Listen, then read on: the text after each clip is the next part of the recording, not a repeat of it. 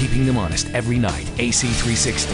CNN, weeknights 10 Eastern. So, Jeb, you were near the presidential compound when the fighting began, when it came under attack. What did you see? What did you hear?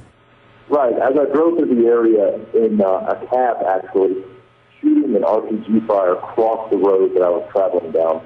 One RPG round actually was about 20 yards in front of the cab I was in before it struck the wall of the compound of one of the opposition tribal leaders.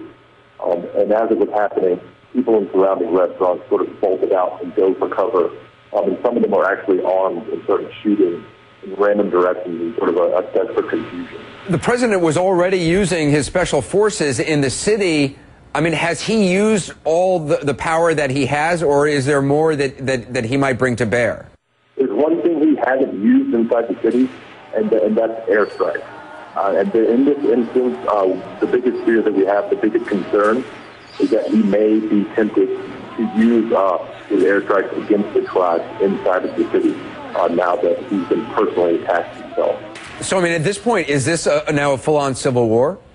I don't think we've reached that point quite yet, but it has the incredible potential to spread. Saleh has fought with a different tribal confederation 30 miles northeast of the capital.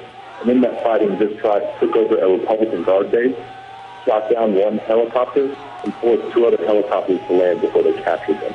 And these tribesmen have also expressed that they're willing to come to Sana'a or to other cities to fight against the government forces that are engaging their fellow tribesmen. Like many dictators in the region, President Saleh has often said, you know, sort of played himself as the only bulwark against al-Qaeda. There is obviously al-Qaeda in the Arabian Peninsula, very strong in Yemen.